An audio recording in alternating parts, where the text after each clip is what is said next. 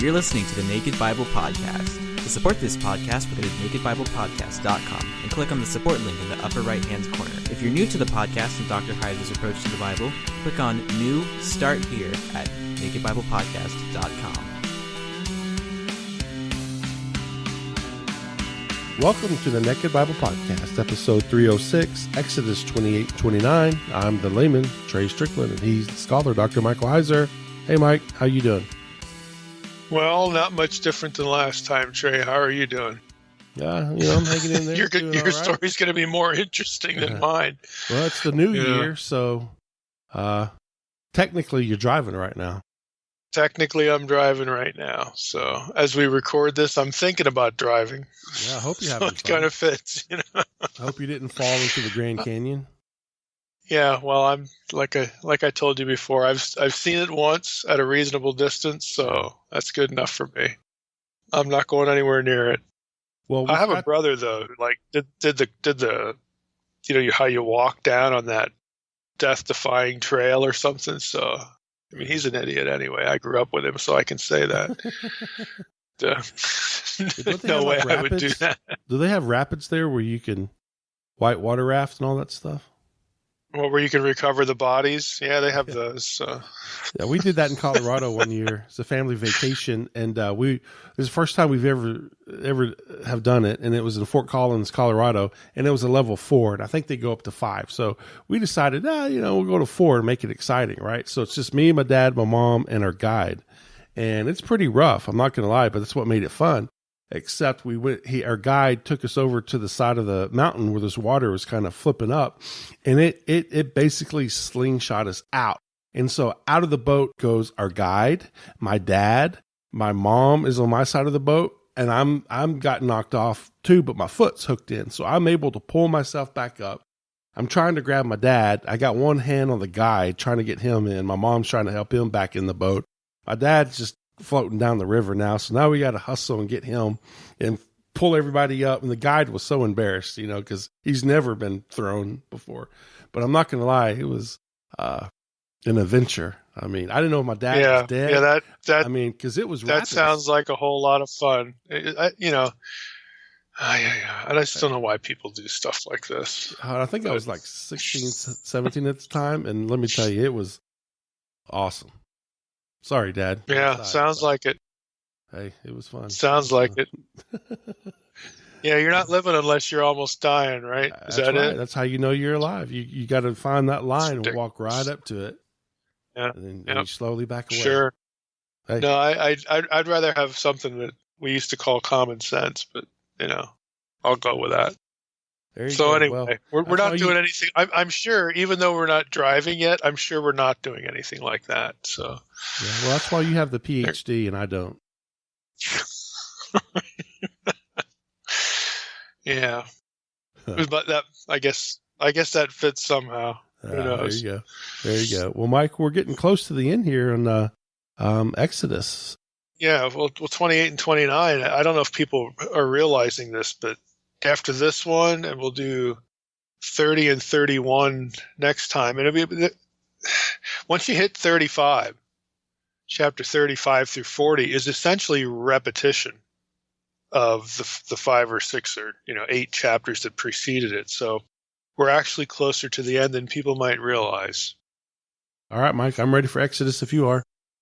All right, Exodus 28 and 29 today. I'm not going to read through the chapters because that would be just really kind of dull. And in the course of doing what we're going to do today, you're going to hear lots, I would venture to say even most of the details of the chapters anyway as we go through. But what I want to do is sort of approach the issue of chapter 28 is the garments that the priests were supposed to wear. And then chapter 29 is the ceremony that sanctifies them. So I want to just sort of topically approach both of these chapters in terms of, okay, what can we get out of this? Like what's the biblical theological messaging here? And if you're new to the podcast, this is kind of what we do, not just with chapters like this, but just generally, because You can have just a narrative story. You can have stuff like this, like descriptions of, priest clothing. The last time we were in Exodus, it was like descriptions of the tabernacle and the furniture. And it's easy to just read through that stuff and say, man, I'm glad I'm through that because that's just kind of dull.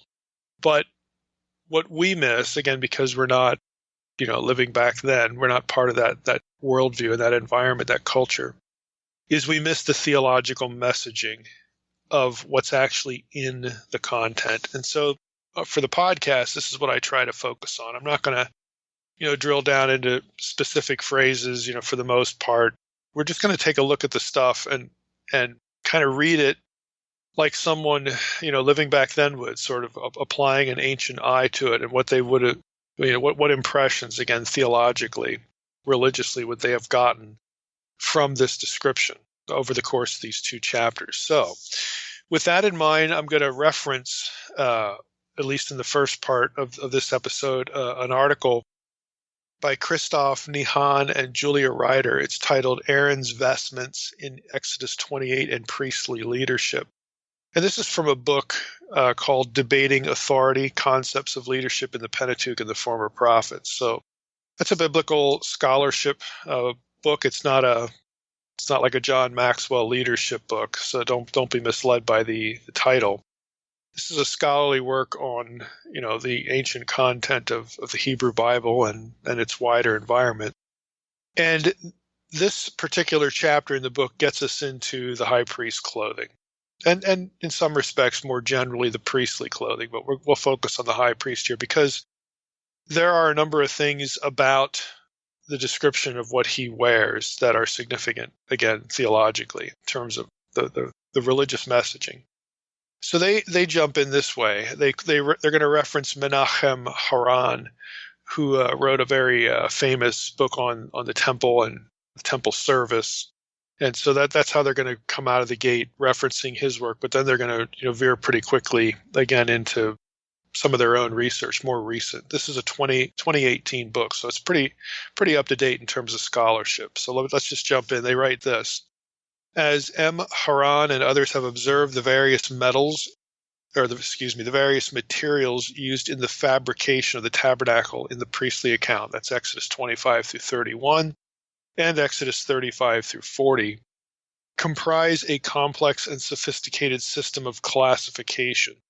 Let me just stop there. So we've talked about this before, how there are different gradations of holiness that even are analogous to the gradations of holiness on the mountain itself. So they're referencing that from previous episodes.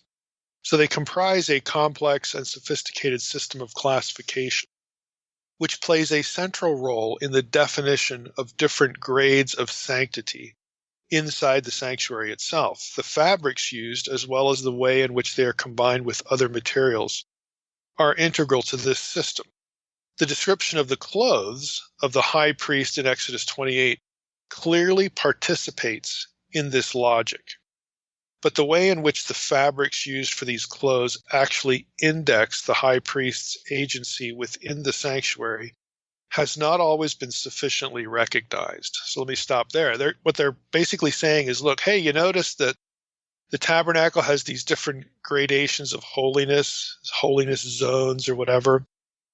And you notice how those are analogous to Sinai. They're going to say there's things to notice about the high priest's clothing that sort of accomplish the same task, that play into this sort of perspective, this, again, messaging that's in the descriptions of the sanctuary itself. So back to their article, they write, essentially, Exodus 28 differentiates 4 items of clothing that are common to all the priests, namely the tunic, the sash, the headpiece, and the undergarments. That's Exodus 28, 39 through 43. And 4 items that are unique to the high priest: the choshen, the ephod, the robe, and the diadem. That's Exodus 28, 6 through 38. Now, I want to focus on the unique ones. So we're gonna take a look for the most part the rest of the way on the high priest, or at the high priest. So their article continues when they get to that section this way. So the choshen, or the breast piece, is how we would see it translated in the English Bible, is described as a folded cloth forming a square pouch, measuring 1 by 1 span and ornamented with 12 precious stones or semi-precious stones, inside which the Urim and the Thummim were placed. Again, at Exodus 28, 15 through 30. The ephod, for its part, designates an item comprising a strip of fabric around the waist and 2 strips of fabric fastened around the shoulders, each of which is also ornamented with a precious stone. Exodus 28, 6 through 14. The clothes that all the priests share are made of shesh linen, which presumably designates a superior type of linen. The only exception is the undergarments, which are made of bad linen. The 4 items that are specific to Aaron are also made of shesh linen, but are distinguished by their inclusion of other additional fabrics. The robe of the ephod, as well as the cord which fastens the diadem to the headpiece, are made of techelet, which presumably refers to a sort of bluish or greenish purple, whereas the breastpiece and the ephod are made of techelet argamon, which is another kind of purple, perhaps more reddish, as well as tolaat shani, or crimson. So let me just stop there. So they're saying, look, all the priests have garments in common, but then there are some elements that are added to what the high priest wears that are different. And you probably already noticed, because of the coloration, some of these terms, that there's going to be an alignment with certain parts of the tabernacle. Again, so this is going to be part of the argument that what the high priest wears is going to be analogous to certain zones in the tabernacle, gradations of holiness. So the article continues this way. The different fabrics used for the high priest and the other priests correspond to the fabrics used for the confection of different parts of the sanctuary. The shesh linen with which the main vestments worn by all the priests, the tunic, the sash, and the headpiece, are made, is already used for the fabrication of the curtains of the outer court. The mixture of blue, purple, and crimson yarns, which distinguishes the confection of the breastpiece from that of the ephod, is also used for the confection of the curtains of the sanctuary, as well as of the 3 veils that delineate the outer court, the outer sanctum, and the inner sanctum.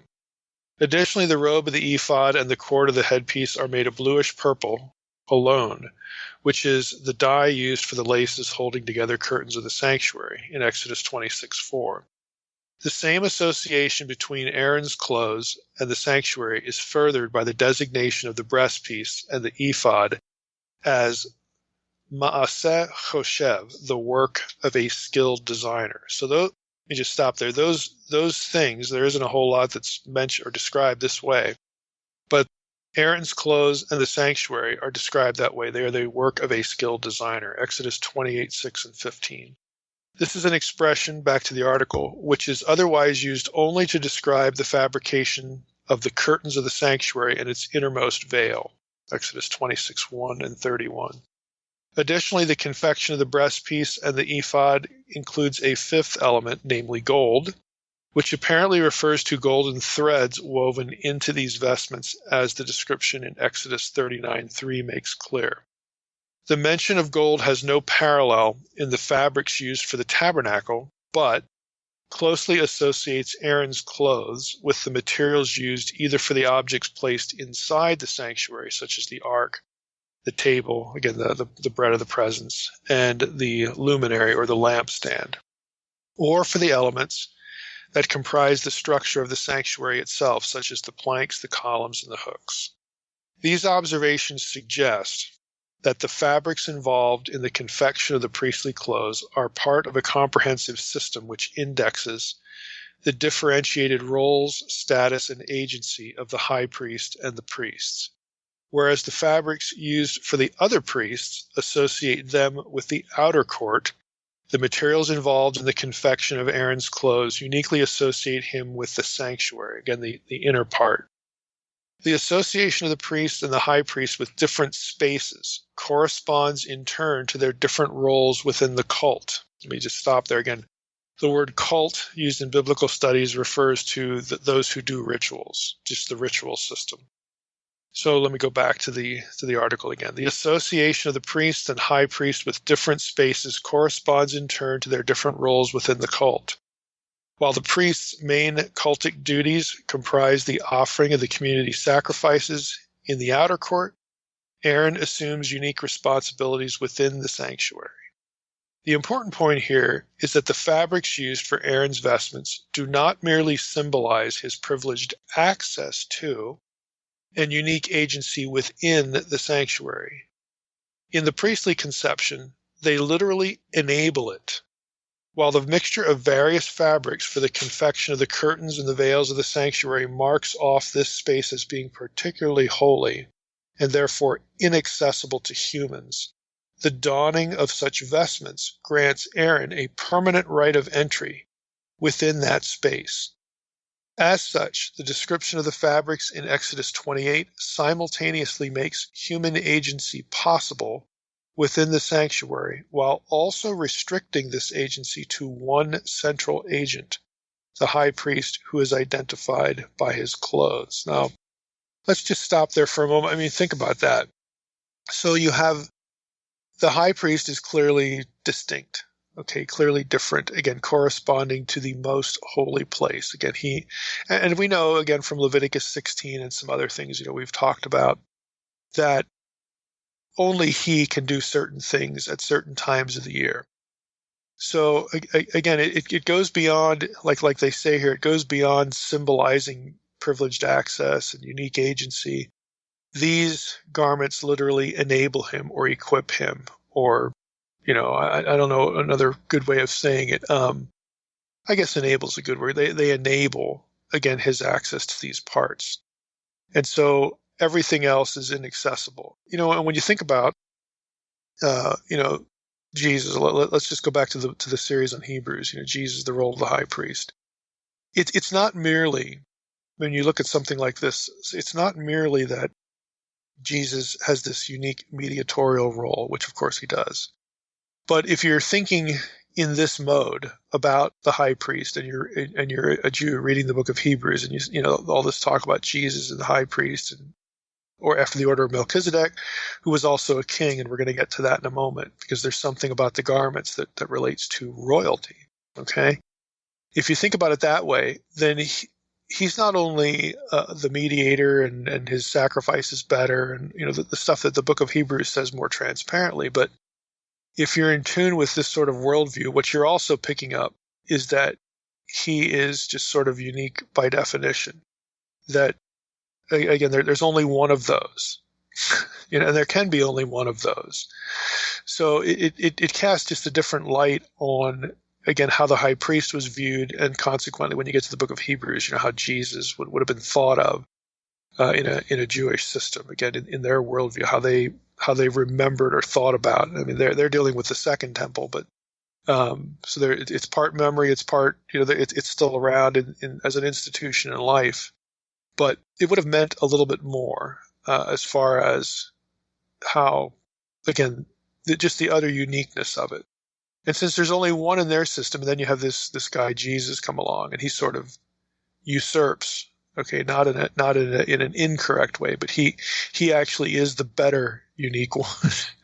Again, he just casts it in a different light. Let's talk a little bit about the ephod. Now, the article by Nihan and Ryder get into the specifics of the clothing as it goes on, and I want to pull out a few things here, because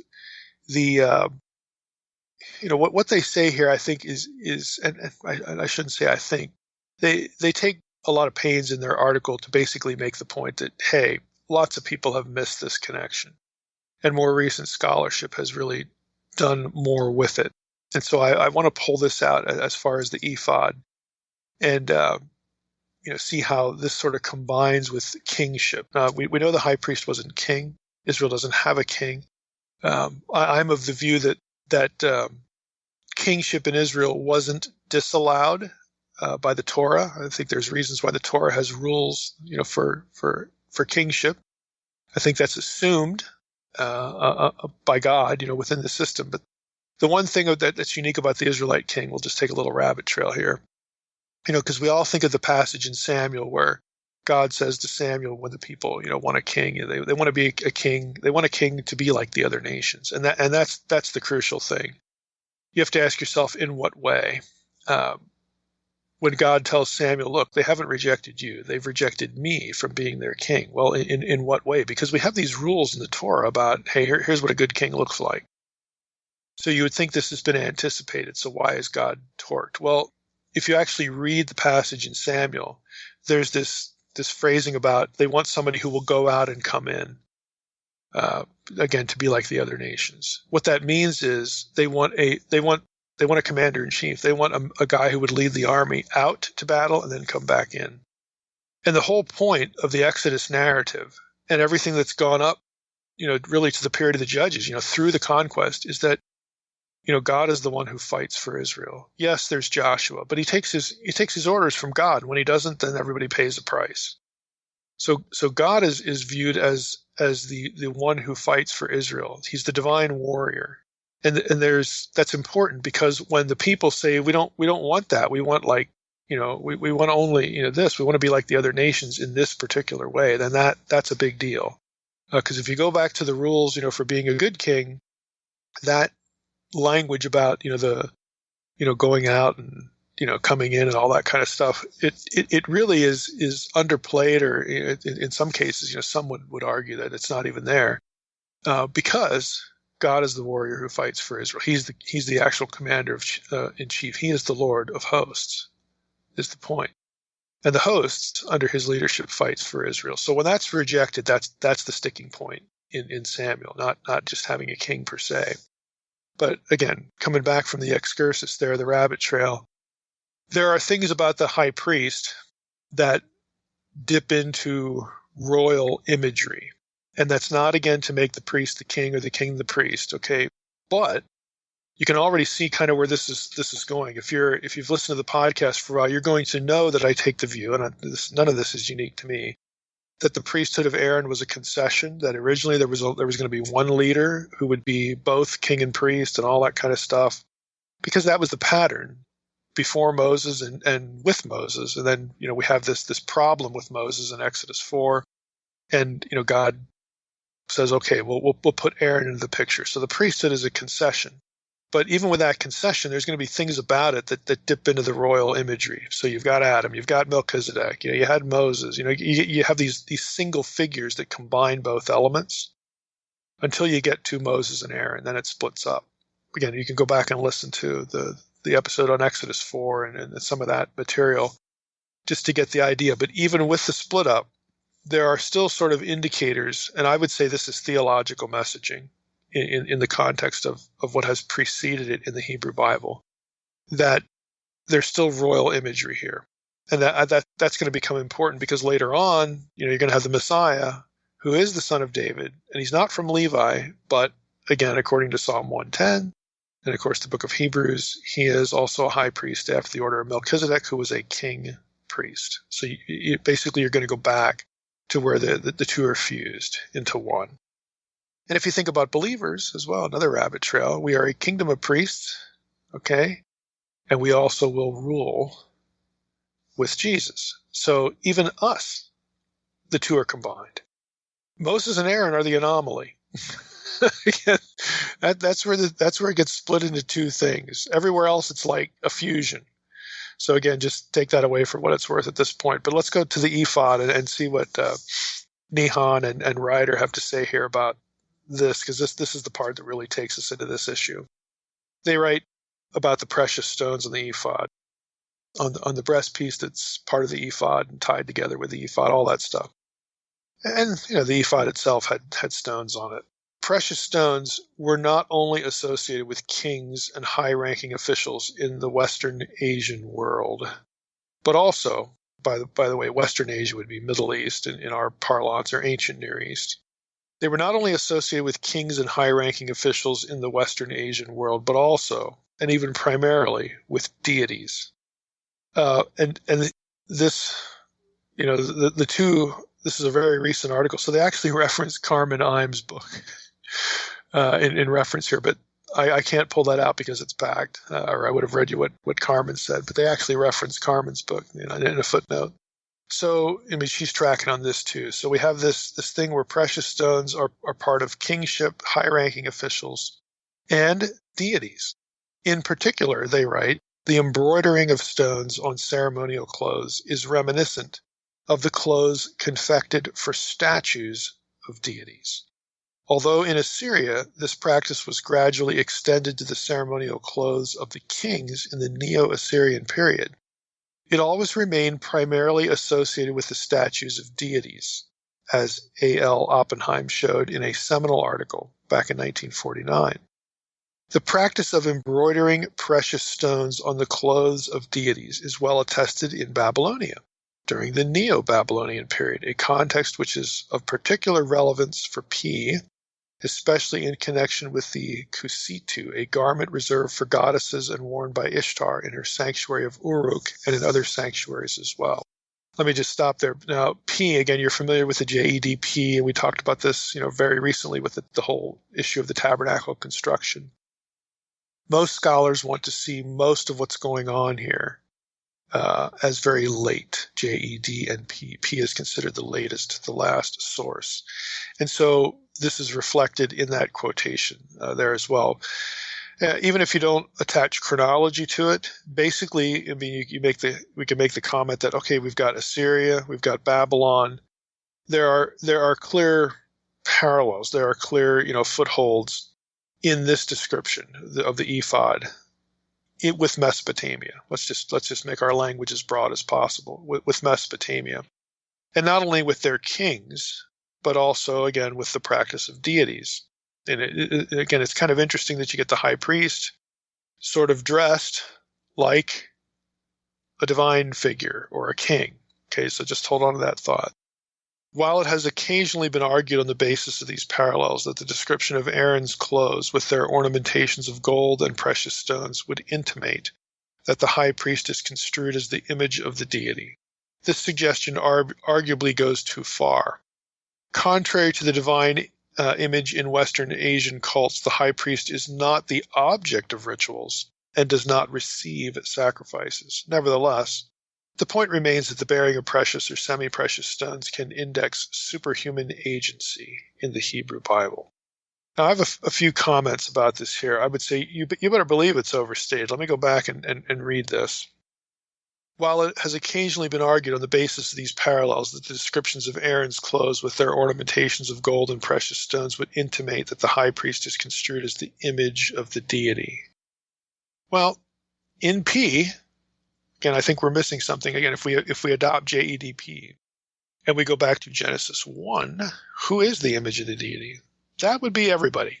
Okay, the image of God idea democratizes the divine image idea. Now, granted, when Israel gets a cult, they get a ritual system of sacrifices and offerings and other services, basically to teach the people about sacred space, sanctify sacred space, protect sacred space, all that stuff we've talked about, up to this point.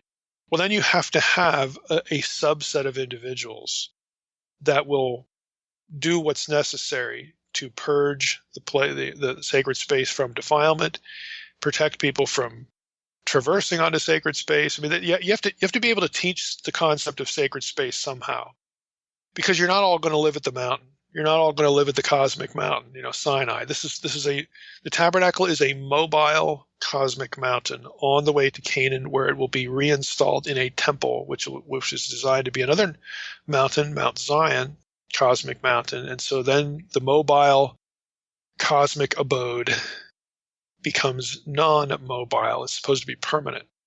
So you have to have these things. And even when it's permanent, just as Sinai, there were gradations of holiness. When you go to Mount Zion and you build the temple, you're going to have the same thing, because the tabernacle and the temple are going to imitate, again, these gradations of holiness that were on the mountain. Why? Well, it's designed, again, to teach the people that there is space that is uncommon because God's presence is here. So they're not at the point yet where we are in the New Testament, where believers individually and collectively are referred to as the temple of God. We're not there yet. Believers are living stones. What are temples made of? Stones. Okay, I mean, the language in the New Testament is deliberate.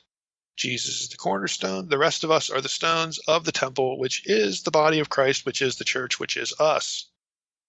And again, this is why I think this whole concept, and it's a transparent trajectory. Again, let me riff again, go off on a little excursus here.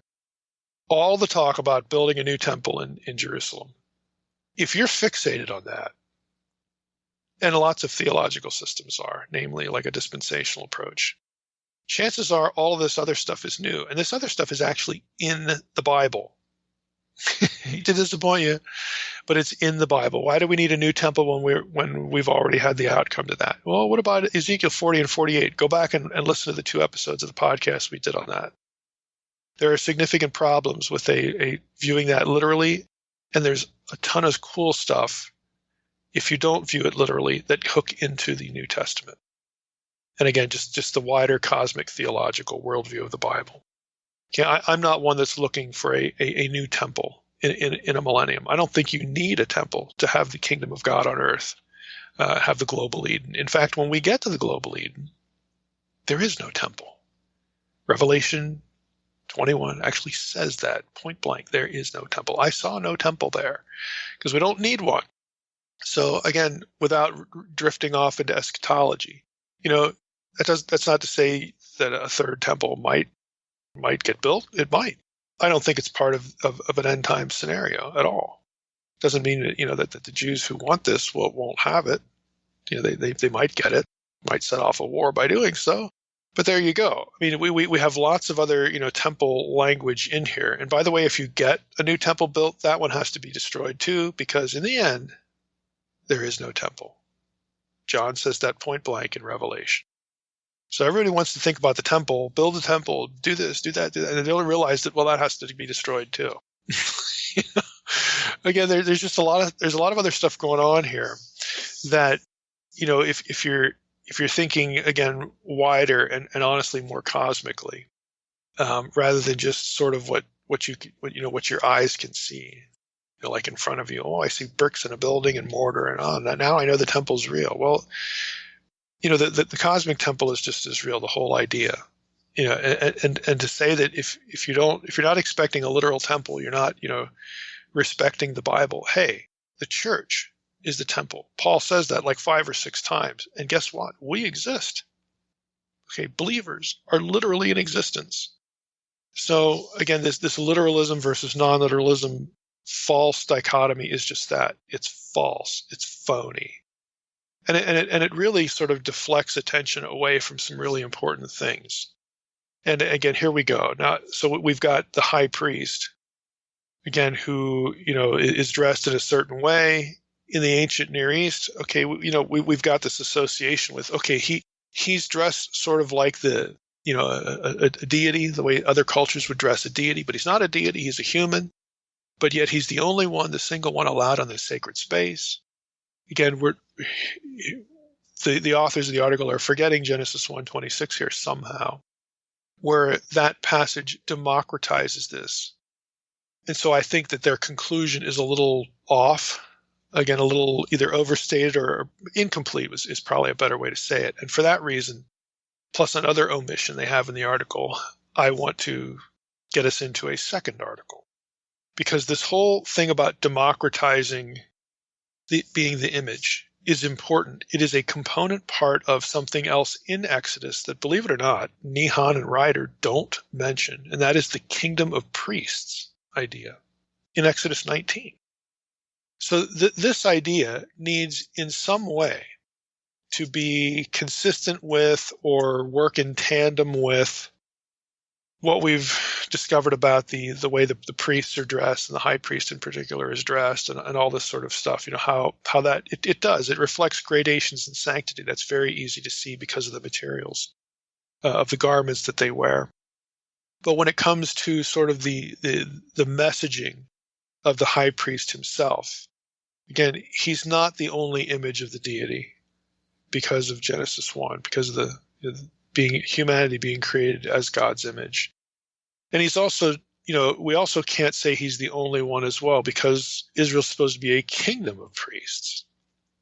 And then, of course, those concepts, those wider concepts, fit very nicely into what comes later in the Second Temple period and, of course, in the New Testament. Now, with that in mind, I think what we want to take away from Nihan and Ryder is the matching of the zones of holiness, and again that what the priest wears is connected to royalty, because there's two other, again, just don't lose the point. In the wider ancient Near Eastern world, who gets dressed like the high priest of Israel does? Well, that would be kings and gods, kings and deities. All right. So we don't want to lose that trajectory, but we want to, again, start working our way toward how this works with the kingdom of priests idea. So one more quotation, I guess, from Nihan and Ryder before we transition here. They write, some elements of the high priest vestments are effectively reminiscent of royalty. Again, and they've already hinted at that with the kings of Babylon and Assyria. Namely, the diadem placed on Aaron's forehead. Well, that's certainly a royal image. And the association of the koshen, which is the breastpiece, with cosmic order. And other features as well. This is part of their summary. However, this does not mean that this line of analysis can be extended to each and every aspect of Aaron's vestments. That's all true. It's good. But again, their article doesn't really take us into the corporate nature of the priest language, which I think is a significant omission. So for this, I'm going to reference another source, John Davies, specifically John A. Davies, his book called A Royal Priesthood. Just catch the title, Royal Priesthood. Subtitle is Literary and Intertextual Perspectives on an Image of Israel in Exodus 19:6. So the whole book is about Exodus 19:6, and this is far and away the most detailed treatment of Exodus 19:6, which again I will read. And you shall be to me a kingdom of priests and a holy nation. These are the words that you shall speak to the people of Israel. This is God talking to Moses. So there's a whole book on this. So this is actually a good example of how a monograph, a book on a single subject, goes way, way, way, way, way beyond a commentary, even a good commentary. I mean, this is far and away the most detailed book on this subject that is in print. And for those of you who might be interested in getting it, you're going to have to know some Hebrew, to work through this. Even though he translates most of his terms, but still, you're going to see Hebrew in it. It might feel like an obstacle, but it's still worth getting. It's going to be a pricey academic book, but there you go. You can get it in Logos as well. So if you're interested in this topic, this is the one to get. John A. Davies, A Royal Priesthood. I'm going to read a little bit from his section on the priestly regal vestments. I mean, even the header, regal vestments. I mean, what he's angling for, again, he's going to be doing the same thing that Nihan and Ryder did with linking the priest by virtue of what he wears with royalty. He's going to be doing that, but he's going to take the discussion, in different directions here. So he writes this: the depiction of the priest in his vestments can only be described as regal in character. As with the tabernacle and its furnishings, the priestly vestments have also provided a fruitful area for fertile imaginations. But there are a number of good sober treatments of both the physical descriptions and the significance these descriptions seem designed to convey. And it is not proposed to cover this ground again in any detail. A few instances will suffice to demonstrate that such garments and such materials of which they were made were otherwise associated with royalty, or at least with the wealthy and influential aristocracy, or were restricted to special occasions such as weddings, when a bridegroom may perhaps be a king or priest for a day. And he quotes Isaiah 61:10 there. I will greatly rejoice in the Lord. My soul shall exult in my God, for he has clothed me with the garments of salvation. He has covered me with the robe of righteousness, as a bridegroom decks himself like a priest with a beautiful headdress, and as a bride adorns herself with her jewels.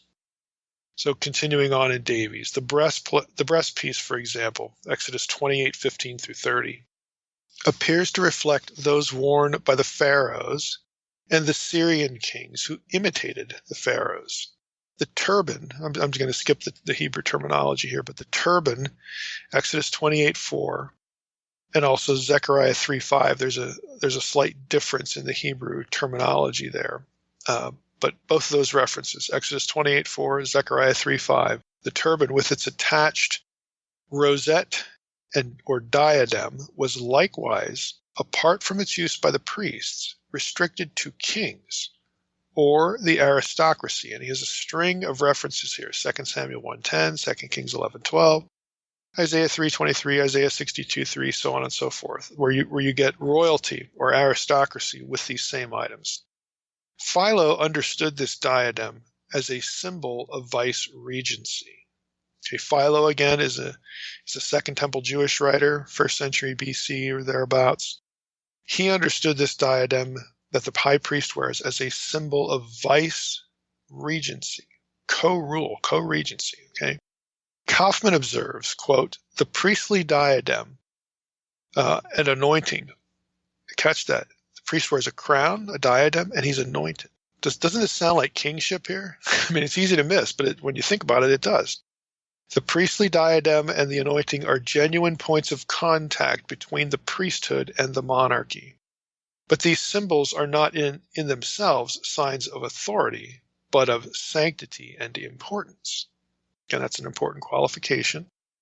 The overall, this is back to Davies, the overall effect of the accounts of the priestly regalia in Exodus 28 and 29, Exodus 39, Leviticus 8, with their fine materials, their gold and their precious stones, is to provide the reader with a mental image of the glory and honor such clothing represented. More significantly, not only was it in general terms the clothing of royalty, but there is a close correspondence between the priestly clothing and the materials of the sanctuary as they would appear from within, such that the priest was appropriately attired to enter a renewed cosmos and stand in the presence of the divine resident of this cosmic temple. Let me just stop there. We've talked before about how the tabernacle, again, is mobile sacred space. It is a mobile cosmic mountain. It is a mobile cosmic garden. Okay, the decorations within go right back to Eden. And we've spent a good bit of time in this series here on Exodus about these ideas and how they are conveyed. So I'm going to read that sentence again. More significantly, not only was it in general terms the clothing of royalty, but there is a close correspondence between the priestly clothing and the materials of the sanctuary as they would appear from inside, from within, such that the priest was appropriately attired to enter a renewed cosmos and stand in the presence of the divine resident of this cosmic temple. This is where you get the idea. I mean, you can read this kind of thing in Second Temple Jewish writers about how when the veil tears, it's a tear in the fabric of the cosmos, and you think, well, that's just kind of a funky, flaky, it's just a, it's a wooden structure, it's a shack, with some hairy garments over it, No, it's designed to be sort of the microcosm of the macrocosm. Okay, it's a cosmic thing. It's a deliberate small mimicking of the place where God really lives, which is the cosmos. Okay. So the cosmos comes to Earth in this little square, rectangular, building. Okay, this is the idea that they're trying to convey. Not only in Israel, but every system's every system's sort of working with the same set of ideas. And maybe it's easier if you're really into Egyptian stuff. You can see it with Egyptian temples a little bit, better. But the same thing's going on in Israel. I mean, it's intentional, it's deliberate, it's a mimicking of the cosmic garden mountain. That's what the tabernacle and the temple, is. And of course, the Mount Sinai and how that is analogous to the zones in the tabernacle. All that stuff. It's all part of a matrix of ideas. So back to Davies, he says he's going to talk about the vocabulary of the place now, and again some of the garments too. The terms kavod, glory, and tiferet, honor, which form an inclusio around the account of the vestments in Exodus 28. So Exodus 28:2 and Exodus 40 have these terms in the beginning and the end. Okay, it bookends the chapter. These terms are both also used of the glory theophany of Yahweh himself in Exodus 24:16 and 17, and of course elsewhere, Isaiah 4:5, Psalm 57:5 in English, so on and so forth. So again, let me just think about that. We have terms used in Exodus 28 of the priestly garments at the beginning and at the end, again, bookending the chapter, that are also used of the presence of God himself, the theophany of Yahweh himself. Continuing with Davies.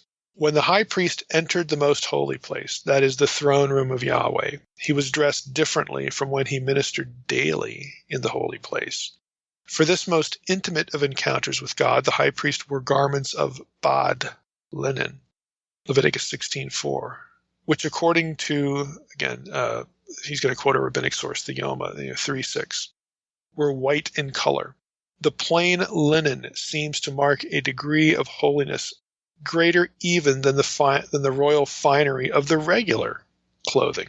Let me just stop there. That's essentially what Nihan and Ryder were pointing out, that there are differences here. Back to Davies. The Egyptian priesthood also considered linen garments to be particularly sacred. Genesis 41:42, 2 Samuel 6:14. Linen garments or white garments are the characteristic attire of angels, the heavenly counterparts to earthly priests, when they make their appearances as divine envoys, and when they are pictured as attending upon the heavenly throne. Ezekiel 9:2-3, verse 11. Ezekiel 10:2, Daniel 10:5, Daniel 12:6-7. First Enoch, he has a string of references there, Revelation 15:6, so on. Haran writes of the high priestly linen garments, quote, "These garments serve to indicate a kind of dialectical elevation into that sphere which is beyond even the material, contagious holiness characterizing the tabernacle and its accessories," unquote. Roland DeVoe writes, quote, "The priest, therefore, had quitted the profane world and entered into a sacred realm," unquote. The Enochic literature depicts the angelic watchers as heavenly priests, 1 Enoch 14:22-23. And the identification of priests as otherworldly is in fact widespread in Second Temple Judaism. The Jewish group responsible for some liturgical texts found at Qumran shared the viewpoint that angels and earthly priests have closely corresponding roles. Let me just stop there. All of that should be familiar to this audience. Again, we've covered topics where I mentioned the angelic priesthood idea at Qumran. The people at Qumran, who left the temple in the early century or two BC, they split from the Pharisees and the Sadducees and everybody else because of the calendar. We think, what a bunch of nuts. Who cares? It's one. It's a serviceable calendar. Why do you care so much? The people at Qumran, whoever they were, again, the best guess is the Essenes. They go out in the middle of the desert to live. Well, that's not actually completely why they did this, because what they do, again, just to do this as briefly as possible, is the people at Qumran held to a 364-day calendar. And again, they knew it was different than the astronomical calendar, which is 365 and a quarter days. Okay, they knew that. They didn't care. Okay, God's calendar is 364. They actually blamed the watchers and their transgression of heaven and earth with screwing up the calendar and throwing things out of whack so that the astronomical year is now 365 and a quarter. Anyway, 364 is God's calendar, 4 quadrants of 90 days with 1 day in between each. You get 364. If you start the calendar on day 4, which is when the sun, is created back in Genesis and blah, blah, blah, blah, blah, that means that all the Sabbaths every year will fall on the same day. All the festivals of the priestly calendar, same day every year. I mean, everything is in sync. It is mathematically perfect. It requires no adjustment. They thought it reflected the mind of God because it was perfect. Every year, nothing changes. It's unchangeable. It's immutable. And they would mock, or they would criticize the Pharisees and whoever else is doing the service in the actual temple. Every now and then you got to throw in a 13th month there to make the thing realign. You got to figure this out so you can figure out Passover, and you got to do math, and you got to roll dice. They would poke fun at this and criticize it, and basically say, you have a human calendar, we have a divine one. And they actually split over there. So they went out in the desert and pretended to have a temple. And they followed every ritual that was supposed to be performed in the temple out in the desert by themselves. Why?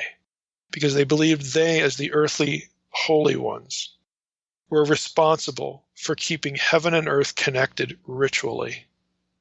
Like the cosmos is going to come burning down if they don't do this. That's how serious they took it. And what I just read from Davies here is you will find he's right. This paragraph is correct. I mean, you will find this stuff in Second Temple literature, the Dead Sea Scrolls, that this is called in academia the idea of the angelic priesthood on earth, the earthly angelic priesthood. These things were to be kept in sync, as in heaven, so on earth, and they really believed that they were the earthly counterparts of what was going on in heaven, which is why they cared about us, measuring time, and again they look up in the skies. And they're like, well, they're those divine beings who are still loyal to God, who are not falling stars. Okay, what's going on up there is we need to be in sync with that, and so on and so forth, and they're going to use what they see as well to align with the mathematical calendar, but not the astronomical one, because that it got thrown out of whack because of the Watchers and so on and so forth. I mean, there's a whole set of ideas here that just are kind of mind blowing, actually, and mind numbing in the level of detail that it can take you in. But again, to focus here on Exodus 28 and 29, this is what Davies is saying here, is that this is how they viewed the tabernacle, and the way that the high priest is dressed when he's in there, different from the earthly priest, and even on this one day of the year, it's a little bit different. Again, this is why they do it. This is the thought that goes behind it. The holy place, and the most holy place especially, was like entering a different cosmic realm. Now, please don't misquote me and say Mike thinks there was a portal, to another dimension in the Holy of Holies. I don't. That's ridiculous. It's nonsense. We're talking about, again, theological concepts here.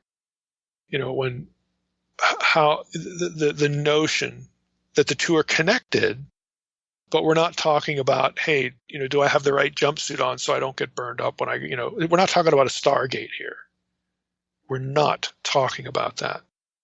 So, having said that, the idea of the connection is still important, and it's reflected in the way the priests get dressed, what they're thinking about, with their roles, and so on and so forth. Now, Davies goes on from this, and he writes this. The central concern of this work, his book, is with the expression kingdom of priests contained in Exodus 19:6. As noted earlier, in his book, it is part of a divine declaration which spells out what it means for Israel as distinct from the other nations to be God's special treasure. Of the categorizations of the realistic options for the meaning of kingdom of priests, the list put forward by Scott may be taken as representative. And there's 5 options. What does kingdom of priests mean? Here are the 5 options. It means a kingdom composed of priests, by which Scott understands those who individually have access to God, as may be implied by the New Testament. Okay, a kingdom composed of priests. Number 2, a kingdom possessing a legitimate priesthood. 3, a kingdom with a collective priestly responsibility on behalf of all the people. 4, a kingdom ruled by priests. Or 5, a kingdom set apart and possessing collectively, alone among all peoples, the right to approach the altar of Yahweh, who is the true God. Now, again, he has a lot to say about all of these options in his book. Now, he's going to land on number 5, and of course, number one and number 5, are kind of transparently. I mean, you've got. There's a lot of biblical theology hanging, in both of those. But again, just to stick with the content of the book as it pertains to these 2 chapters we're talking about, Davies writes elsewhere, he says, though it has been largely and inexplicably overlooked, an answer lies ready to hand in the accounts of royal or divine grant of kingly authority, such as are found in numerous ancient Near Eastern texts, including the Bible. So what that sentence is saying is, look, how do we balance this idea of priestly authority, kingly authority? You've got 2 separate offices in Israel, but then you've got this statement that Israel itself collectively is a kingdom of priests. How does all this work together? And what he's going to do, I'll just cut to the chase here. What he's going to do is say, look, all of the authority is granted by a single king, who is Yahweh, to people. So the authority is derivative. And you actually, again, have number 5 working here, because only Israel is allowed to approach the true God. Only Israel, again, is in this position. Only Israel has been granted this privilege, granted the authority that comes with it on earth, granted the role of mediation that's implied in Kingdom of Priests to the other nations. Only Israel fits all those characterizations. And so he's saying, look, if we look to the analogy of ancient Near Eastern royal grant treaties, which we have talked about before on this podcast, he says that's the way all these ideas come together. Back to Davies, he says, in such texts, these treaty texts, either the great king or the god grants the office of kingship to a specific mortal king or lesser deity, who then exercises his rule under the aegis and protection of the deity or monarch. Israel, on this analogy, would be a corporate monarch, enjoying the grant of this status and the patronage of Yahweh. We may tentatively conclude that there are good reasons to take kingdom of priests to mean a collective royal company consisting of priests. Let me read that sentence again. We may tentatively conclude that there are good reasons to take kingdom of priests, that's Exodus 19:6, that phrase, to mean a collective royal company consisting of priests. So there you combine both elements. Israel is designated as royal by one who supremely holds the position of Israel's king. That would be God. It is the people of God as a whole who bear this royal dignity and honor. Individuals enjoy these privileges only insofar as they belong to the group. Now let me just stop there.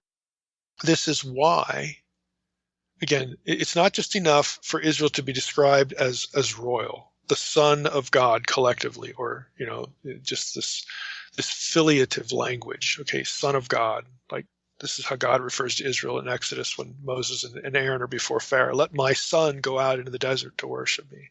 Hosea 11, out of Egypt I have called my son. Okay, but that's not sufficient.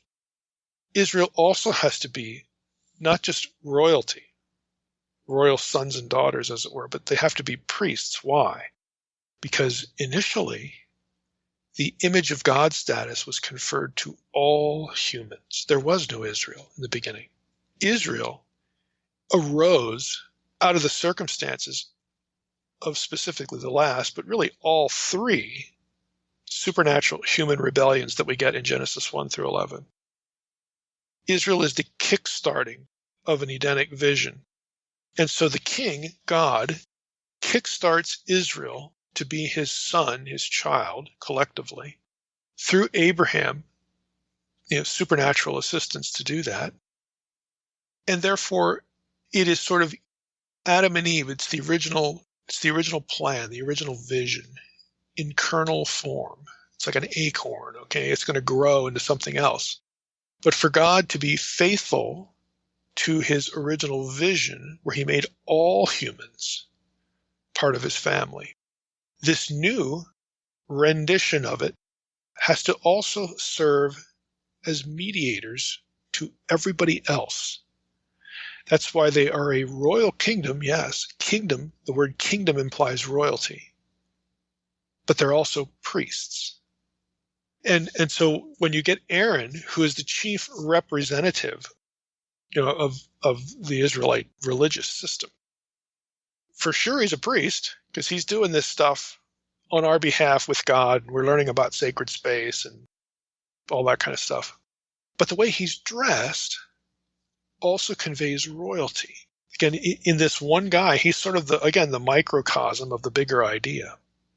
He's the chief, now catch this, he's the chief representative of what God really wants. God wants a huge family where everybody is royal and everybody has access to his presence. Everybody plays that part of the priestly role, access part. And doesn't it make sense? Isn't it required that the Messiah, who is the King of Israel, also has to, again, play a high priestly role? He has to fit into this mold.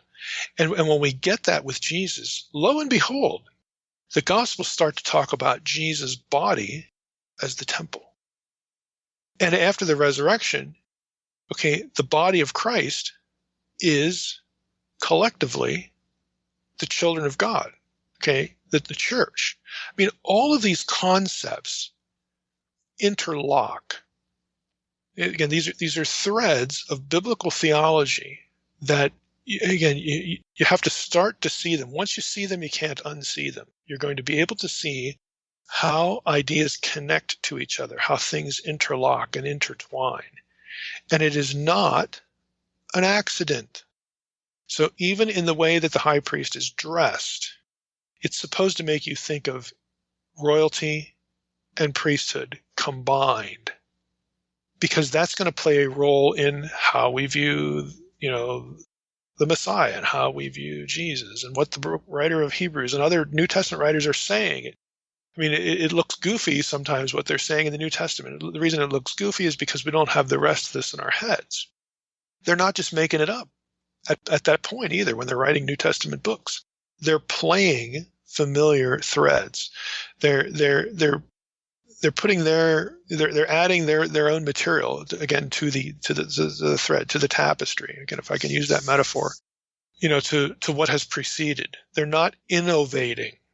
They're being consistent. They're adding to, they're complementing. They're not innovating.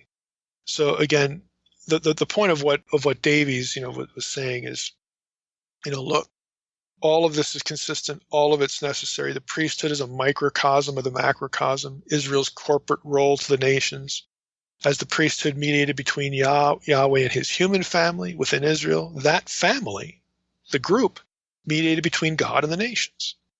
Again, this is the important point. Now, as far as the ritual itself, we're getting a little long here, so I'm only going to give you like one point about the ritual, which I think is kind of interesting. In Exodus 29, Sarna in his commentary about verse 13. I'm going to read you Exodus 29:13, and then we will call it. We'll call it an episode because we're getting a little bit long here. And again, there's just lots of stuff to talk about and think about. But in the ceremony, of course, you have a sacrifice, and then there's instructions on what to do with the blood and parts of the sacrifice and whatnot. In verse 13, we read this: "You shall take all the fat that covers the entrails, of the sacrificed animal, and the long lobe of the liver, and the 2 kidneys with the fat that is on them, and burn them on the altar." You say, well, that's kind of gross, big deal. All right.